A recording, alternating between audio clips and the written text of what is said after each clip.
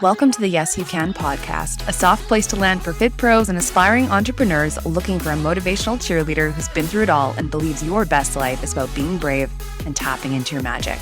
Hi, I'm Hannah Pratt, an online coach and vulnerability queen.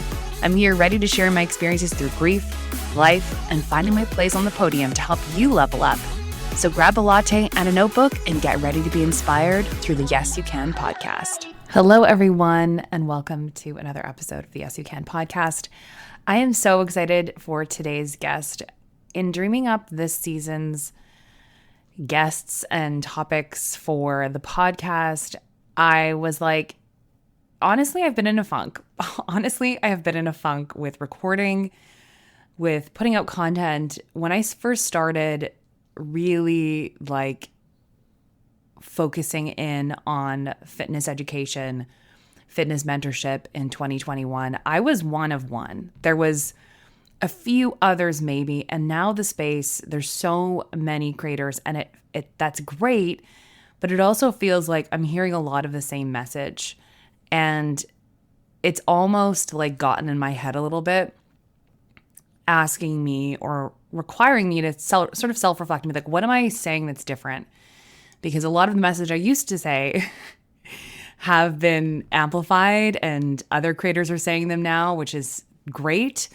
But it's required me to be dig deep and be like, what am I not hearing? What am I not seeing? And as I think mostly about, Instagram and my social media channels or my emails, even my courses, I've come back to nobody's doing long form content like this on the podcast. Conversations with founders, conversations with creators, with coaches, with people even outside of the fitness space, but more in the wellness space too. And so I'm returning back to my mission. I took this long roundabout route of being what do I create? Everybody's saying the same thing. And now I'm like, why don't you just go back to just recording podcast episodes, Hannah? It's literally the thing that you started with. And so today's guest is Holland Scattergood. If you don't know her from social media or her studio in Arizona, you should absolutely follow her. She's one of those creators that is not like others and is not perpetuating sort of the same stuff I'm seeing. Yes, she plays Taylor Swift, which is very popular, but it's her whole vibe is so joyful and authentic and genuine and just full of happy. And I don't know about you, you might feel one way or another, but there was this neutralization of fitness aesthetics in the last few years. I think after there's always it goes from one extreme to the next, right? And then 2016, 2015, the 2010s, there was so much, bright colors and patterns and everything on fitness gear. And then we went to nudes and black and I see so many studios that are so beautiful, but I still feel like that bright, shiny person. It's probably because I'm a millennial and I'm gripping onto my my pattern tights with a death grip. But I see that joy returning to a lot of creators' accounts, like Jordan Reichart at Healthy Bun, who's never stopped posting, the full joy, happy, genuine enthusiasm for group fitness. And that's what I see coming from Holland. Holland also has a background in PR and journalism, which I found by sleuthing her LinkedIn, one of my favorite places to find people. And we talk a little bit about that. We talk about founding NYX, her studio, opening up the second location that's coming in July, and really her journey to the podium, which, similar to mine, started with actually being rejected. The sort of plot twist that we said after we stopped recording is the person who rejected her or denied her audition very kindly, the manager of the studio, DJ, then became her business partner and helped train her as an instructor. So it's just this beautiful full circle moment. And so if you're thinking about auditioning or you have auditioned and been rejected, Remind yourself that like people like Holland and myself both went through it and kept going. No doesn't mean isn't a complete sentence. It might just mean not right now or not this studio. She also took a similar journey in going to a smaller studio and like similar to me, I didn't get to work the one I wanted right away, but I went and taught 6 a.m.s. And so, for those of you who are interested in starting your instructor journey, I highly recommend you check out Podium Prep. It is less than $100. It is my mini course teaching you everything you need to know before you get to the podium, literally how to put a microphone on your face so that you are prepared for the audition, choosing your audition tracks, even how to reach out to studios, and then an entire manual on training. So, it is well worth the money. And will teach you so much and prepare you. There's even a visualization exercise going to like driving to the studio to practice or to audition. That's all my voice. I just sort of take you through some meditation. And then of course Instructor Magic is coming up. We are about to launch another round. So for those of you who are curious, you can head to hannahspin.com and all of the information is there as also in the show notes. Without further ado, I'm going to welcome Holland Scattergood to the Yes You Can podcast. Welcome, Holland, to the Yes You Can podcast. I'm so excited to have you here today. Thank you so much for having me. I'm really super excited. So we were just chatting, as I do with all my guests, before we actually hit record and getting into the conversation. Yes. But one thing didn't get the chance to ask you, and I'm so curious about, is your own journey from like riding, doing group fitness classes. I understand you were doing it sort of in college to instructor and then studio owner. And I was wondering if you could give us sort of like the Coles notes of that journey and what prompted you to become an instructor and then open a studio of your own. Yeah, the whole timeline. Okay, let me see if Mhm. I can let me like make this concise. Um, so in college is when I took my first spin class. One of my best friends took me to a spin class. I had never been before. I really wasn't into working out, slash, I had a pretty bad relationship with like working out and food. Okay. And either I would like go one way or like go extreme the other way. So Hmm. like either be like going full out working out and whatever or not at all. And I was Hmm. definitely in the not at all. Um, horrible Phase. relationship. Yeah. Yeah, just bad. And I also didn't realize I had some undiagnosed health problems. So I just really had Mm. a hard time with my energy. But my friend took me to this class. I did not want to go. It was a 6 a.m. class, I'm pretty sure. That's a rough intro. I know. I was like, girl, Then. I don't even know how I got up for it. Like, crazy. And then after class, I was talking to my friend and I was like, oh my gosh, how do you become an instructor? That was the Mhm. best thing I've ever done. I want to go again. I want to be an instructor. Why would I say that after my first class? That's The insane. endorphins. Exactly. Yeah. And she was like, "Oh, okay." And like both of us kind of wanted to be instructors too at that point. And I just kept going back and going back and going back. And it wasn't for, to have any particular aesthetic. It wasn't for Mhm. the wrong reasons. It was because I just had so much fun and felt so good doing it. Mm. Yeah. And my instructors, I never felt like they were talking about like bodies or having to do everything perfectly. And it was just something fun that was super challenging Hmm. that I finally enjoyed in terms of movement. And it was really empowering for me because I felt pretty weak at the time with like emotional stuff and school Hmm. stuff and health stuff. And it just changed a lot for me. Hmm. So kept going back. I moved to the Phoenix area, which is where I live right now. And my husband and I both got jobs here in the Phoenix area after school. And I found another studio here in town called the Madison and Okay. started going to the Madison. It was like one of the bigger studios in Arizona. They had 3 locations and they were huge. It was poppin'. And I went and took a few classes, got hooked. All the instructors were so nice. And then I want to say maybe after a year of living here, they posted an audition and I showed it to my husband. And I was like, oh, this would be cool. Like if I was brave enough, I would do it. And he was like, why? Well, like, why not?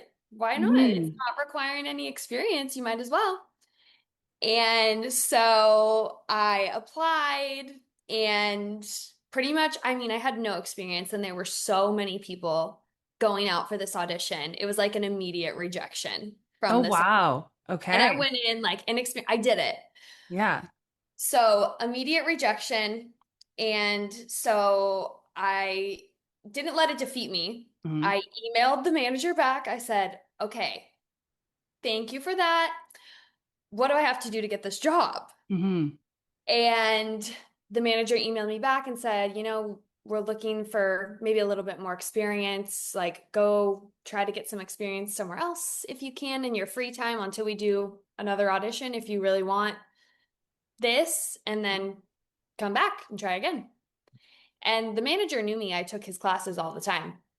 So I felt like I had a pretty good relationship with everyone, and I still kept going to class. I didn't let it stop me. I was like pretty determined at that point. But I did go get another job at a smaller studio in town, and 6 months later, they posted an audition at the Madison. I love Uh, this so much. I'm sorry. Like I'm like trying so hard not to interrupt, but continue on because so few people would have done this. Like I so know. few people actually like take the advice and come back and try again. And I just love it. So sorry. Continue. I will not Yeah. interrupt. Yeah. I don't know, it was crazy. And this small studio I was working at also was super far from my house. Like not close, but I was still going, like I was getting the experience. As soon as I walked into that smaller studio too, I think the instructor whose class I took, she said, "Have you ever thought about being an instructor?" And I was like, "Wow, yes, I have actually." Fun Uh, fact, that's why I'm here. exactly. And so yeah, when they posted that audition, I was kind of like thinking if I could maybe work at both studios or whatever for a little bit. That studio was not going to be okay with that at all, the Mm. smaller studio. Hmm. So I went and tried out at the Madison, got the job, same manager.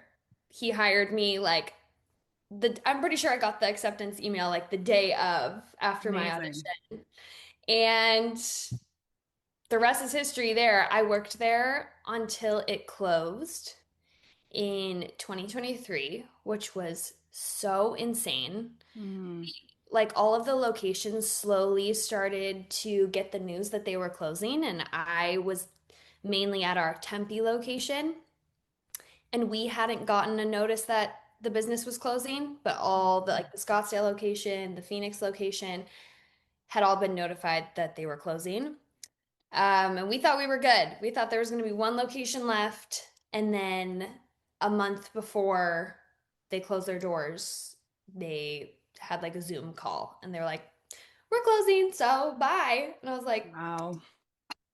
and some people had been working there for like 10 years, Hmm. were full time. It was wild. It was really Yeah. sad. Um, And sad for the community too, I would imagine. Like it's that feels like a something to grieve almost, like the loss of that. Yeah, that would be incredibly challenging. just with a month's notice too. And they weren't posting it out on socials. There were no emails. It was just like literal notice on the door. Mm, Wha- God. And people were so sad. It was terrible. And a little bit before that, my friends and I, who currently own NYX, we Hmm. all we all worked there together, and we had kind of just been observing some weird stuff, Hmm. like the other two locations closing, just some other weird things. We were like, what is going on? So we had already been talking about opening a studio ourselves, and this was like the sign to do it. Yeah. Yeah. The universe is like, okay, it's your time. Exactly. Right. And at that time, there weren't that many studios in the Phoenix area. There was just like the Madison, Power and Flow. Hmm. That was really it. Now there are so many, Mm. a ton. After the Madison closed, so many opened up. Hmm. But we were able to find a writer that wanted to invest in our space. And pretty much when they found out that the studio was closing, our investor currently pretty much was like, well, we have to do something. Let's open a business. And I was like, oh my God. It was just stars aligned. That doesn't happen to Yeah, like anyone. it doesn't. No. I work with a lot of studio owners and there's a lot like I think sometimes when things are meant to be, the universe like just opens the roads for you, you Yeah. know? And that sounds like what happened here, which is amazing. Yeah. So stars aligned. And yeah, we got right into it. We started, I think we signed a lease, I want to say in August or September of 2023. Hmm. And we opened the following April. So Okay. it took us a second to get everything together to be able to announce it because we wanted to keep our community locked in and the people who had nowhere to go. We wanted to Hmm. tell them, don't worry, we'll be back. Hmm. Just you have to hang tight. So I can't quite remember when we announced it, but I think it was in the fall. And then people were on their toes until April. And what was amazing was when we did open our doors, so many of our people came back. They had been Hmm. waiting to come ride with us. Hmm. And that was the coolest part. And it just seemed exactly how it was supposed to be, or it seemed back to normal, but even better because it was our own space this time. Yeah, I love that like you probably, I don't know, but might have been feeling some anxiety at some point about like, are the people gonna come? You know, that old like Field of Dreams quote of like, if you build it, will they come? Yeah. And people who love community sometimes go find a space elsewhere and, Yeah. breaking habits and all that sort of stuff. I think that just is such a testament to the space and the community and the relationships that you and your co-founders have with riders, which is like, I can only imagine three instructors opening a space, like how much, because you each have probably your own sort of people who might go, prefer somebody's style or whatever over another, but all together, that's amazing. Um, Yeah. and and that timeline sounds right. Like I feel like people expect studios just to pop up and like the bikes usually have to come on some ship and they're always like delayed and Yeah. like permits and all that sort of stuff. Um, and I know that your background's in journalism and PR, like from what I at least I've sleuthed on the internet. That's wild. You're saying, yeah. Yeah, it's your name is very unique. So it's Yes, not hard. that's true. Not hard. But what sort of like skills did you leverage through like from either previous work experiences or each other's work experiences in opening a studio? Like for sure building community and experience on the podium, but also like other things that, running a business. It's almost an entirely different thing than running a class sometimes. Were there some skills that you were surprised that you like came in handy?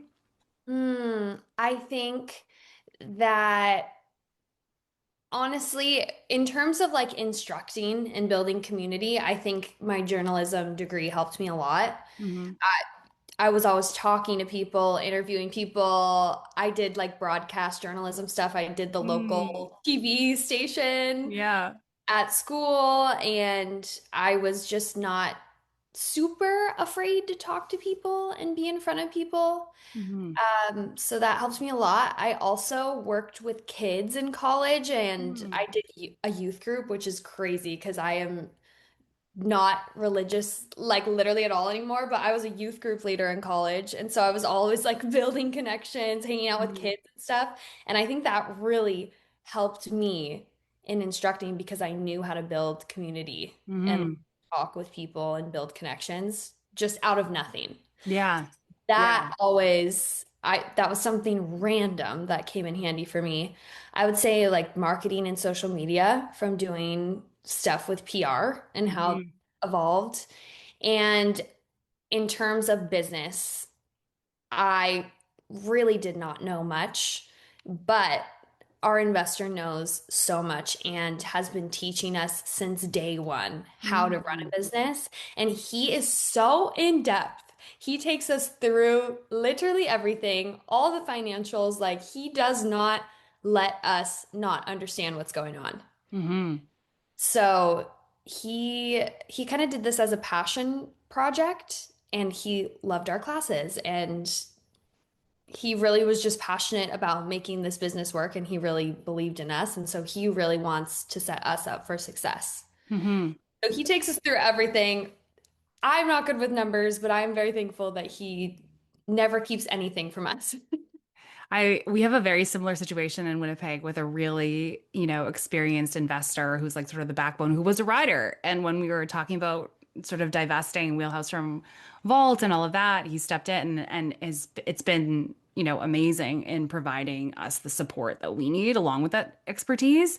Um, and so it's been 2 years, right? 2 years, 2 years of NYX. Years. Yeah. Okay, amazing. And I saw that you just celebrated 2 years of Swifty Saturday as well, which is Yes.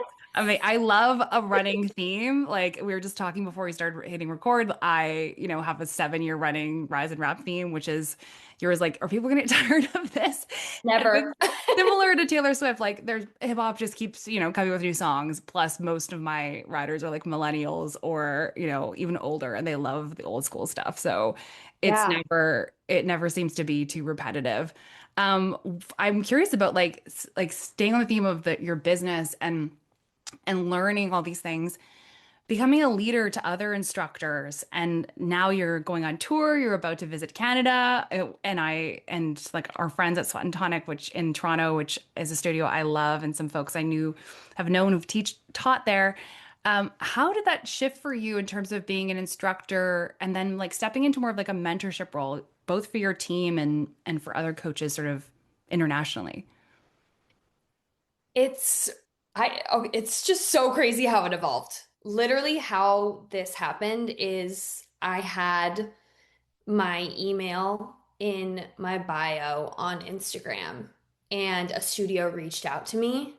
And I think I'm the type of person where I never want, when I get too comfortable, then I know I'm not growing, which is like Mm, cliche. I know a lot of people say that, but I was like, what if I just put it out there that I am open to traveling or mentoring or helping other studios or instructors who need help?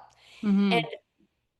literally a week later, it might not have even been that long, I was reached out to by the head instructor or social media manager and head instructor at the studio called Ride Tribe in Kentucky. Hmm. And that was my first trip. But I didn't really ever see myself in much of a mentorship role. I always saw myself more as an instructor, building community in my own space because that's what I was really comfortable with and good at. Hmm. Putting that out there was just something that stretched me and scared me. But at the same time, people were asking, like sending me emails or DMs, have you ever traveled? Would you ever do this? Would you ever do that? And I was just like, I guess maybe. I don't know. I might as well. Yeah. I think it took me trusting myself a little bit more and being like, yeah, I've built this and I've done this and I know what I'm doing. So Hmm. I can help other people. For sure. I mean, you're in a position too where like you and your business partners would have hired instructors, right? So being on the side of like what the qualities outside of your own that it takes to build community, be successful, be an effective coach, be able to fill classes because and that is the reality. We need to be able to like have butts on seats to make a business run and high utilization rates. Yeah. So having that perspective too is so key. Like a person, like both being the person who went through that first audition process and didn't get it to now being the person who, is on the other end hiring and also mentoring. Like what a cool evolution of your story. Yeah. It's insane. I never expected it. And I always tell the studios that I'm traveling to, I always say, hey, I can just come and teach some classes And you can use that to inspire your team, your people, a fun event. Or if you want me to do more of a workshop style along with the teaching, I can do that. And when I do workshops, I always tell owners and coaches that I'm not here to change you or teach you any sort of method to be like me. Hmm. I'm only here to help you be more like you. And that's all. Because I don't have any certain strategy I'm trying to teach you just to be more Hmm. like you if you're looking for ways to be better. So it's really cool how that's evolved and changed over time. Sure. Yeah, and I think that's like one of the misconceptions, and I know that you had shared that it was important for you to emphasize in this interview. It was like you don't need to be exactly like anybody else. You don't need to sort of copy and paste. And I think sometimes instructors know that, but they struggle then with like what they should be like. And I always say when I'm training instructors, and we're training a few new trainees at Vault right now, which I think I might have just announced, but but it's like when you are authentically you on the podium, I find it just feels natural. Like I just can be myself. I can be silly. And I'm a subscriber to, I always want to say, is it NYX Plus or NYX Yeah. Online? So I'm a Yeah. subscriber. I watch your videos and that banter and like the fun shout outs and all that sort of stuff, whatever style that an instructor wants to share that connection in, it's like whatever feels natural to you. And of course it's going to feel a little unnatural because we have a microphone on our face and we're working out. But there is a point where just like in your as a rider, you lose sort of like track of time and you're like, oh my gosh, the ride's over. And that can happen as instructors and coaches. And I love that that's your message is you don't have to change the way you're doing things. I'm here to sort of like amplify the things that make you special, which is Yeah, so cool. for sure. That's the And most. has there been like I'm so curious because I've made sort of an effort to work mostly with studios and brands online. Traveling is just I have horses and I have like a home, and so traveling is You sometimes do? yeah, I'm a horse girl. I'm Oh, certified. I was a horse girl too growing Stop, up. really? Yeah, Oh my gosh, I yeah. love finding us in the wild. I'm always like, And, there's like a small intersection of people who ride horses and ride bikes, and like I find them and always. it's us. It's us. Yeah. I don't have horses anymore, but I grew up with them, so Oh, I love them. amazing. Yeah, I came back to it in adulthood. And so it's made travel, harder sometimes Yeah, and spending time away from family and stuff. And so and then also just like whatever, COVID and things that are happening in our world that makes it a little yeah. harder for us to travel. But I've made the effort to be like, okay, I'm going to work with people online mostly because I love the accessibility of that. And I'm curious about like the reception from your perspective of going to teach at different studios. Like, was there any anxiety, teaching in a new place as an instructor, or were you just sort of excited to meet new people, given your sort of journalism background and like outgoing personality? I was definitely nervous.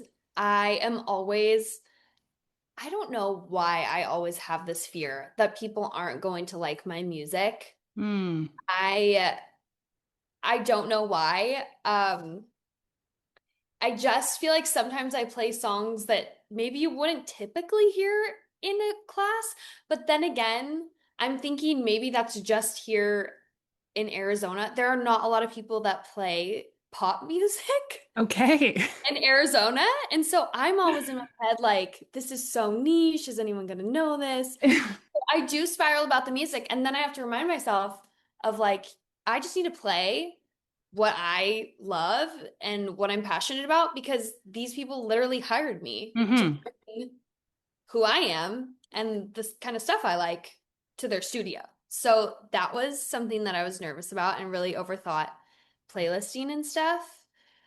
I also was nervous about new lighting and sound system Hmm. and setup and just sound is crazy in general from studio to studio. Hmm. So, and that has been kind of the hardest part of traveling, to be For honest. sure. Yeah. I would imagine just like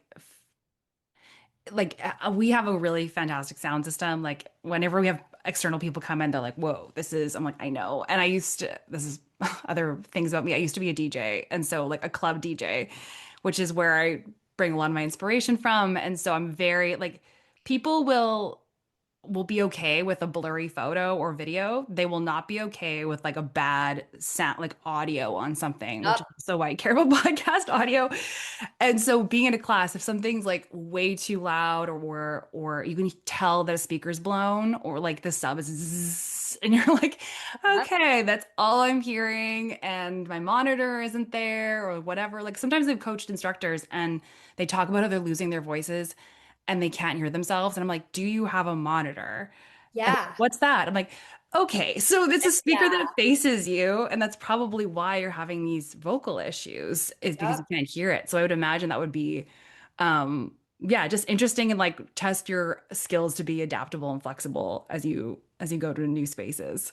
It has definitely tested me and made me more flexible for sure. And it also makes me appreciate the sound system that we have because we have worked so hard on ours and had all the issues and all the things. And so I'm very thankful for our sound system. But yeah, it has made me like, okay. And no Hmm. matter what, I'm going to bring the energy because I don't know how this sound system is going to be. I don't know what's going to happen next, Hmm. really. So Hmm. just got to do what I do. And for the pop music stuff, I love that because everybody, I feel like, thinks once they become an instructor has a moment of like, are they going to love this? Are they going to like this? And it's partly about like how you not sell it, but like how into it you are. And the Yeah. more like I play a lot of obscure tracks that some of my Gen Z writers have been like, oh, like my friends' parents have this playing. And Yeah, you're and like, I'm- yeah, themes question mark. It'll be like yeah. What's Up by Four Non Blondes or like some Oh, like really like old rock music that I if I do a rock ride like or rock remixes. But like it's partly like are you into it? Because yeah, that energy they can feel that energy. They love to see you excited about something too. And so you've had Swifty Saturday for the last 2 years, which is amazing. And I've seen all of your or most of your, I think, different like theme rides on the platform. yeah, What like so there's you said sometimes you had that thought initially of like will they like this? It just seems like the community has loved to have somebody who loves this music as much as they do and like sing to that, like whether it's High School Musical or like something else, they're just excited to sing at the top of their lungs to these themes. Has that been your yeah. experience? It really has. I can't believe it, and I didn't know it would be such a thing before I did it because at I started kind of doing that type of stuff when I was teaching at the Madison, and Mm. no one was doing themes like that. Like no Disney, no Taylor Swift, no I mean, I've done it all. Like Hmm. truly, High School Musical. No one was doing that. And when I put those classes on the schedule when I was newer, would fill up out of nowhere. And I was brand new. People didn't know me. And then I really built my community off of those theme rides. And then I was able, now I can do whatever. Hmm. That just wasn't happening at all. So I just didn't know people needed and wanted that space to sing and be joyful and hear that kind of music in a spin class. I didn't know, but it's been wild and really I cool. I love that because I think at some point it might have been in your wish list for the fitness industry for this year. Like sometimes I think there's like this like sort of fake conflict that's within spin, and it's like Mm. and the themes became came up at some point and I'm like, why do we hate themes? Like Yeah, I don't get this at all. Like I did a not podcast the episode. theme controversy. I'm like, every time I see one of those videos, I'm like, you're adding me, aren't you?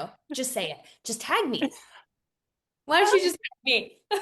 Yeah, I'm like I feel seen. I also feel a little bit attacked right now. Like I have always appreciated themes, not only like as because they're coming, they're requested by my riders, but also they're like helping to draw more people in who might not have ridden with me before. And Right. only see Rise and Rap on the schedule or whatever. And like it's just a fun thing. It's just a fun thing that people love. And yes, you can have a normal, like a regular ride and be very creative, but I do firmly believe that when you are sort of like brave enough, I'll put in quotation marks, to put up sort of an obscure, like Ryan Jones, who used to be with Soul Cycle, has been on the podcast, did Musical Mondays.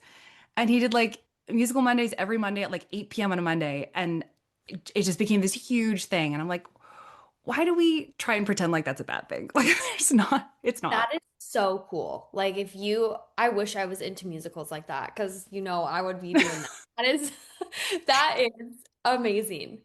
Yeah, I can't. I'm like not a musical girly whatsoever. Yeah. And I even like there's a Grey's Anatomy episode where they start singing, and I'm like, I can't.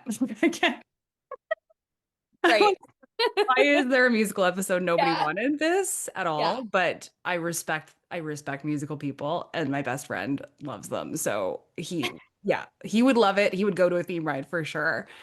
Oh, Um, I wanted to switch gears, and I did want to talk about like a post that I really loved of yours. And I like it's not that I love one more or the other, but there was one where you were open and vulnerable about having an autoimmune disease. And as somebody who also has been this past year navigating chronic illness and migraines, it's challenged me from being like a person who's always seen themselves as like I can do anything and like work through anything and whatever, to being like actually need some time off from the podium. And so um I don't know if I remember when you said that you were aware of your symptoms actually being diagnosed as an autoimmune disease, but how has that shaped sort of your approach to teaching, and maybe even like being aware of riders in the room who might be having, who might be experiencing something we don't know about, and sort of your approach with NYX as like in terms of accessibility and inclusion?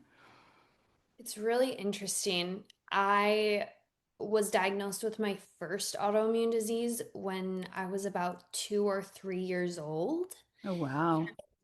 Yeah, my mom thought that I had colic because I would scream and cry and whatever. She came to find out that it was rheumatoid arthritis. So you can have Mm. juvenile rheumatoid arthritis as a baby. Oh, So wow. I had it in my knees and I would just scream and cry and scream and cry. And it started to get better as I got older, but I have always focused on my diet. I've had to be more strict because I also ended up getting diagnosed with celiac disease, which Mm. is pretty much a gluten allergy, but Hmm. it is an autoimmune disease. Hmm. It's quite So serious too, from what I understand of friends who have it in terms of like lifestyle and all of that. it is because basically your small intestine will make antibodies against itself if you eat gluten. So it's a Mm. serious autoimmune disease. And Hmm. typically, if you have one autoimmune disease, you have many others or are more likely to develop more as you get older. Hmm. So when I hit puberty, I didn't realize that I had hypothyroid, but I definitely did pretty much as soon as I hit puberty because I was losing hair, acne, like I had all the symptoms. I Hmm. just didn't get diagnosed until college. Mm. So when it got really bad, like my hair was falling out in chunks, I would like lose a ton of weight and then gain a ton of weight, and Mm. I dealt with mental health issues from it. People don't know, but autoimmune diseases severely impact your mental health too, or Hmm. can, and your energy.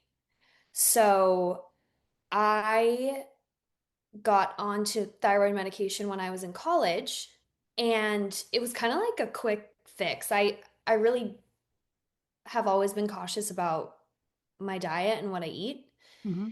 in terms of keeping gluten out of my diet and managing my sugar intake and stuff like that, simply because inflammation. Hmm.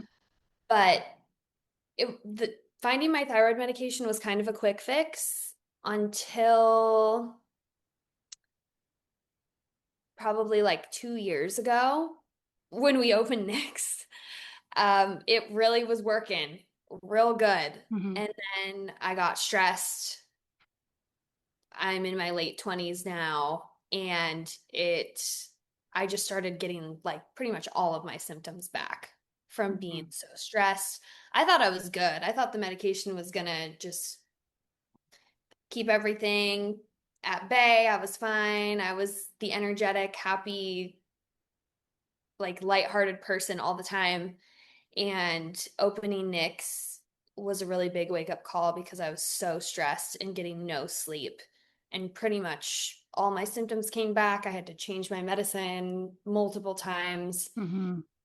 And it's been a really big balance of having to manage my stress Mhm. because I've recently, last year, I had a huge flare. That was like my biggest flare, hair falling out, like not being able to sleep and then sleeping so much and Mhm. all the things, which is really hard when you have to be a positive force for everyone else and everyone sees you this certain way and they have no idea that you're going through this. And if you tell someone you're going through this, they literally don't believe you because Mhm. it's not what they see, Mhm. because there's really nothing you can see. Mhm. So it's really hard. I It really has impacted me and made me realize that I need to talk about it because someone came up to me after class one time and was talking to me about her autoimmune disease and how it holds her back from working out sometimes and all these things. And I was like, oh my gosh, I have that too. And it's, I've been having this flare. And we had this whole conversation, and she was like, oh my gosh, I can't believe you're the instructor and you deal with this too. And so then I started being really open about it because I was like, dang, why am I not telling people? There are so many people that are dealing with these type of things that just want to feel seen Mhm. And not alone.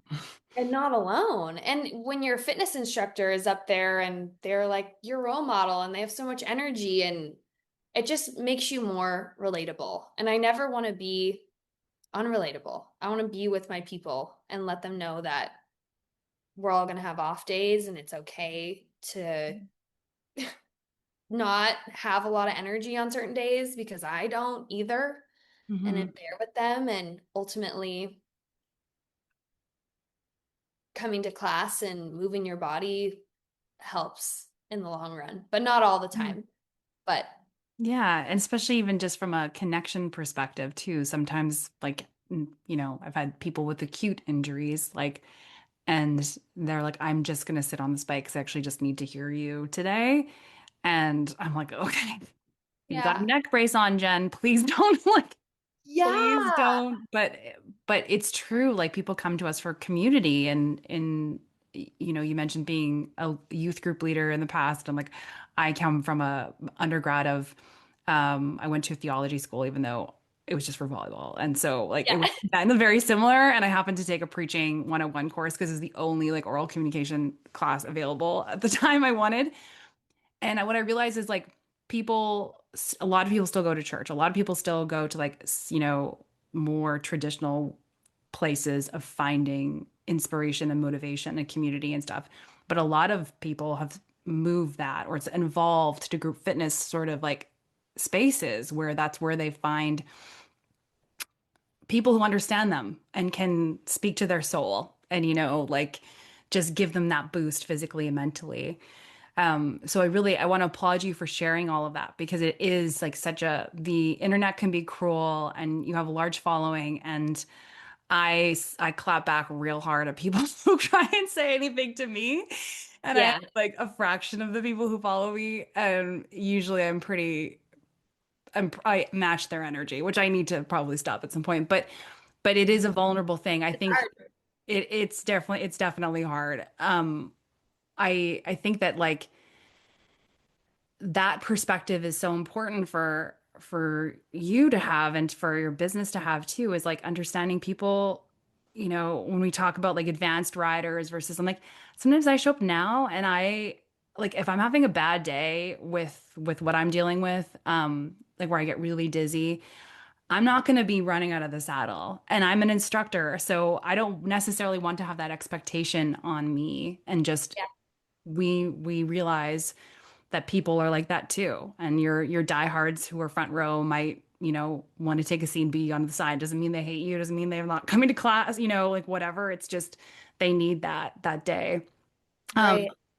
I also noticed that you got a coaching certification to help people through like holistic sort of wellness and like went to school to study this, which I think is so amazing and interesting. I don't know if that's coming into play in anything you're doing now, but like to better understand yourself and be able to speak to others about it, I think is amazing. Yeah, I actually did use that certification for a second after school while I was working a full-time job and I was doing health coaching and I was working through my health coaching certificate at that time and at the time where I started coaching at that smaller spin studio, I was also doing health coaching on the side and I really loved it. But it also taught me because I had kind of mentioned to you that I struggled with kind of like I don't want to say specifically an eating disorder, but just a hard relationship with food. Hmm. Hmm. And it really taught me a lot about actual nutrition and just how to nourish your body. And it really healed a lot of my relationship with food. So it really, like you said, it taught me a lot about myself. And then I was just coaching a little bit on the side and then didn't have time for it. But I'm so glad I did it. Yeah, I love that. I mean, I have an episode talking about like I did have an eating disorder and I thankfully it's been years. I did fitness competitions and this is like like back in the day and Oh it my and gosh. you just get to a point where you're like I don't know how to even think about food because I unless somebody's giving me a plan that's like really getting trying to get me to lose weight and I'm 6 feet tall, I'm a very tall person and like You to are? yeah. Oh my goodness. I know. We're just in these little Zoom like photos, so you'd have no idea. But there's, yeah, somebody recently posted a photo with me and he's like 6'3", and I'm like, we're like Wow. close. I Yeah, we're learned close as that night. Jordan, Healthy Bunhead, she's Yes. also like 6 foot. I Yes. was mind blown. Yeah, she's been on the pod too. Yeah. And I know I'm like fellow tall girls because I'm always like, what's the inseam on this legging? 'Cause like I do Same. not. But other way around. Yeah, I can take like a legging down if there's like enough of a whatever, like, but I am not into the capris like of like 2015 cycle, so I really need to know. But okay. And so I love that you bring this like empathy to your riders and connection to community and like authenticity. Um, when you decided to open NYX, was that part like what were you envisioning for this space that would be different than like what was offered or different than what where you had taught before? Yeah. I think all three of us really wanted to create a space for everyone. And it's not to say past studios that we were at weren't a space for everyone. We just knew our riders and our classes felt like a very safe space. And we wanted to create our space to entirely be a Hmm. safe space. So I don't know if you know this, but we got the name NYX from combining New York and Phoenix. So it's Phoenix, Hmm. NYX. And Kristen, my co-owner, she's from New York. Hmm. And I'm from Arizona. So we wanted to just combine the energy of New York and like the Arizona fitness scene, because the Hmm. fitness scene is so huge here in Scottsdale. But with that New York piece, it's like a melting pot. It's something for Hmm. everyone. There's so many different types of people, and everyone is welcome, and everyone has a space, and there's just something for everyone. And Hmm. so that is a huge part of NYX to us, like something for Hmm. everyone. Everyone's welcome here. This is the melting pot. We want this to be the safe space. And especially with my chronic illness, I always want to make sure that who walks in the door feels like they can come to my class with no expectation because I Hmm. also was so intimidated by group fitness and didn't feel like I was in shape enough or cool enough or strong enough when I first started. And I never wanted anyone to feel that way. So that's just a huge why in our business. I love that. And there's like you can feel that, hopefully one day I get to walk through the doors of one of your two studios or both. And I like you can feel that as a client right away. Like, am I sort of othered immediately? Like I've gotten like side eye in different studios, not the one you're going to in Toronto, but a different one. And I was like, man, No. if I'm a spin instructor and I feel like awkward for walking up to the front desk, like this is not community, which happened to be like on their wall. I'm like, this is like, Right. because they're like, oh, you're from Manitoba. Oh, it's like that scene in Bridesmaid where she's like, oh, you're from, I'm sorry, it's like Milwaukee. It's like, oh, Literally. okay, yeah. It's Oh like, no. Yeah. yeah. And so that's I love that because and this is a good segue into the next topic is you're opening a second studio. So you must be living those values and like showcasing that for there to be enough of a demand to have two studios. So congratulations on that announcement. Yeah, thank you. It is really insane. I feel like we're going through all the insanity again. Hmm. We just have it figured out a little bit more in terms of everything's already more set up. But it's crazy. I don't know if I, no, everyone knows. The location that we are opening our second studio in is an old Madison location. My God, that is so Yeah. cool. Yeah. Like, So basically, we're taking over where we all started at, which is yeah. mind blowing. That would be such like an interesting emotional journey of like this is truly an evolution and what a cool way to be like, hey, we're going to be coming in here not to like recreate what it was, but to bring our new or like our new version of like or what we've created and have it like live on the same land as I just love that. For sure. It at first we were like, oh, because the opportunity was presented to us. So Hmm. we all of us were kind of like, ooh, I don't know Hmm. about that. And at some point we were all talking about it and we were like, this is a sign. This is what we've been talking about. And here it is. Hmm. Yeah. There's a demand for it in this part of town, and here we go. Yeah, you're like, is this weird? Nah, no, this is Don't think about it too hard. yeah, no, it's cool. It's cool. We're gonna decide it's perfect. I love that. Exactly. Stage it, Yeah, like, I was gonna say, I was gonna say, maybe cleanse out the energy a little bit. yes. Yeah, and paint and all of that, and you'll be right as rain. You'll be all set. And so what was something you learned about the first time around that you're applying like specifically to opening a second studio? Like either something that didn't go well or something that you're like, we need this. It can be as simple as like water fountain location or ventilation or speaker systems. Oh, the sound system for sure. Mm, When we opened, we had two speakers facing away from the stage, like you said, mm, the whole monitor thing. mhm. And when we turned on the music for the first time, also bodies in the room make the music lower. Right, The they absorb it. Yeah. Yeah. Yeah. And we thought it was going to be the perfect setup. Sounded great with all of us training there for a month or so. And it was just me, Kristen, DJ, Priscilla, and Sam, who are two instructors that we had worked with previously. And we didn't even go through the hiring process. We were just like, you're coming with Yeah. us. Um, Yeah, and Priscilla's amazing. yeah, she's Hmm. great. And so, we thought it was going to be great. And we turned on the music for our first class, and it was quite literally a whisper. Oh my God. It was, we were frightened. It, like, you could hear everything, Hmm. coughs, spikes, just, Breathing, the squeak of yep. the wheel.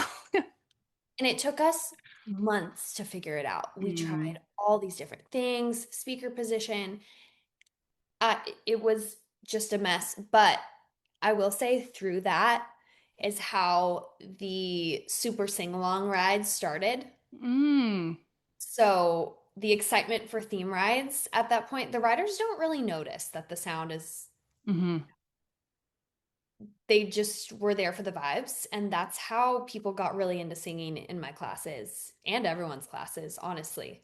So blessing and a curse, but now Hmm. we have the sound system figured out.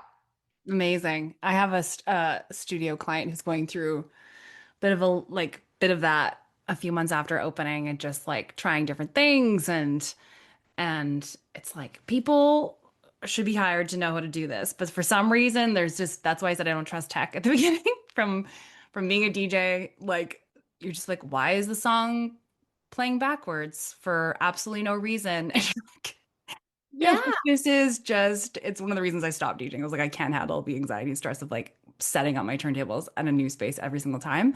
Um, of it just doesn't work. But I love that you have that. Like, you must feel more comfortable. And hopefully, the overarching stress is like shared by the group, but also just personally, like, we've done this before yeah. and this we've taught in this space. So, the advantage would be more things about it too, and like things that need to be repaired And and like, I changed. think we need to do a full-on test ride. We need to Hmm. invite 45 people for a free class to test out the sound system, the kinks, not a full-blown like class, but like Hmm. classic music, talking, what we need to do that.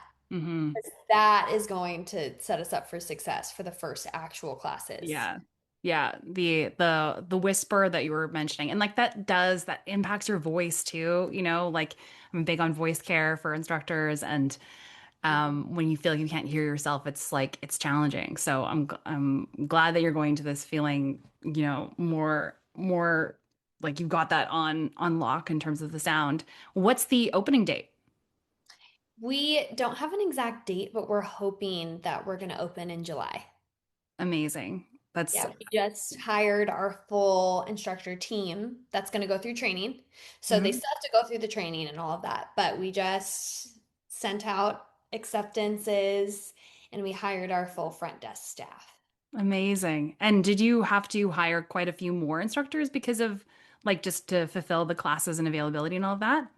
Yeah, I am pretty sure we have 10 in our training team that we just took on because we're going to need coverage for Hmm. both. So. Yeah. Everybody says they have availability at 6 a.m. and then you're like, stop. Stop. That's so true. They're like, we'll do anything to work here. And then you find out. And that's okay. It's fine. Yeah, they need to know too. Like, right? Like everybody just the excitement, dopamine, all of that like takes over and then you're like, okay, but actually like getting up at yeah, and I was of that camp too. My first classes like that I taught at a different studio because I had a similar story where I was like rejected twice from teaching. One was just at like a regular gym and that one really stung.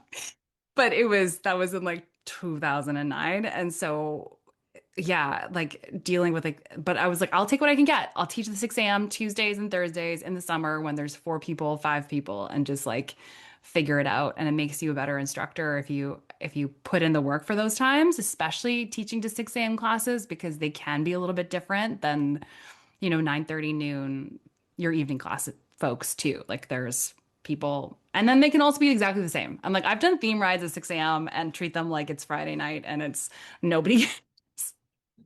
That's the way to do it. Yeah. Exactly. And so, just sort of like as we're wrapping up our conversation, it's completely flown by, which is wild. But um, you just went through, so you just had instructor auditions, you just sent out letters of offer.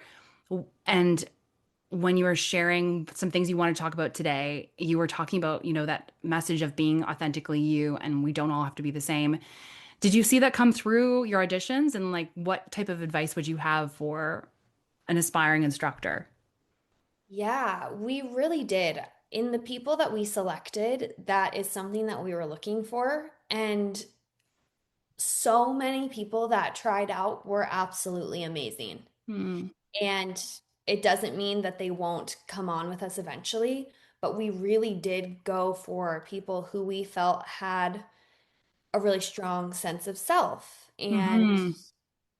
knew what they liked and knew what they liked to play.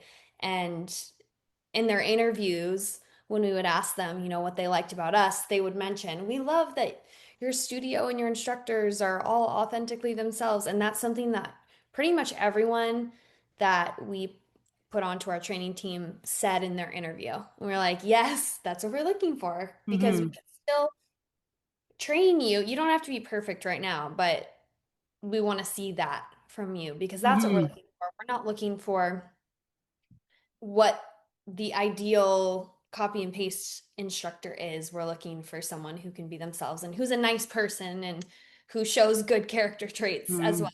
That's also hard to come by.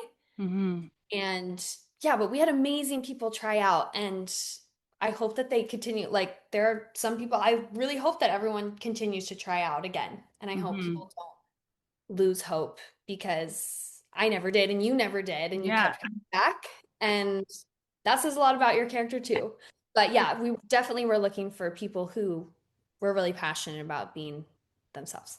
Yeah. And like that's that certainty too, right? Like you don't have to be confident 100% of the time when you're up there, but remembering that like fire you have to do this helps you when feedback is challenging or you're not quite getting a certain concept or beat drop or struggling with lead leg, whatever, like some of those more the skills that you can teach, Yeah. but like it's really hard to teach that like personality, charisma, magnetism, like, and you can turn up the volume on it too. And I always have my instructors go through different like tasks to like get them to feel like they want to scream, sing a song and be like, whatever song you want to put on, just put on right now and let's vibe out because I don't want to see the perfectly packaged you. I want to see the version that's like partying at the club and like let's like get that in, whatever that looks like. Yeah. So, like to wrap up, is there anything else you would like to add, either for instructors, studio owners, or even people who want to get a hold of you and like potentially bring you in to work with their studio? Oh man. No Um, pressure. I would say, well, to studios and instructors, being yourself is key. You don't have to be like anyone else. And also, don't fall victim to the internet theme slander. All right. You can do whatever you need to do and want to do, and that does not make you a bad instructor or a bad Yeah. coach. You got to do what feels good to you Hmm. in all ways. And find a fitness studio if you're a rider or looking for community. Find a or a fitness instructor or studio that is feels safe to you and that always encourages modifications and doing what you need to do Hmm. over pressuring you to fit in or look a certain way. Hmm. I love that. I'm here for that too. When I've heard of people be like, my instructor turned up my dial, and I'm like, what? I'm like, Yeah. what? Hello.